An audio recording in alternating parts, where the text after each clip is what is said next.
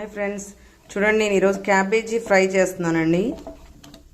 చూసారా, పోపు గింజలు కూడా వేసేసాను ఆల్రెడీ. చూసారా, ఇప్పుడు మనం కట్ చేసుకున్న green chilli, onions, curry leaves వేసేసుకున్నాము. ఎక్కువ గ్రీన్ చిల్లీ ఎందుకు వేసానంటే దీనిలో స్పైసీస్ సరిపోని వేసుకోవాలండి. రెడ్ చిల్లీ పౌడర్ వేయకూడదు, టేస్ట్ అంతా బాగా రాదు కాబట్టి. చూసారా, ఇవి కొంచెం వేగిన తర్వాత మనం క్యాబేజీ కట్ చేసి పెట్టుకున్నాం కదండి, వాష్ చేసి వేసేసుకున్నాం.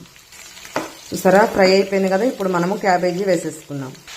చూసారా, మిక్స్ చేసేసానండి. దీనిపైన ఒక 1 మినిట్ లిడ్ పెట్టేసుకున్నాం. మనం చిటికెడు పసుపు, టేస్ట్కి సరిపడా సాల్ట్ వేసేసుకోవాలండి. ఇందులో వేసే ఇంగ్రీడియంట్స్ అన్నీ కంప్లీటెడ్. ఇప్పుడు మిక్స్ చేసేసుకున్నాం.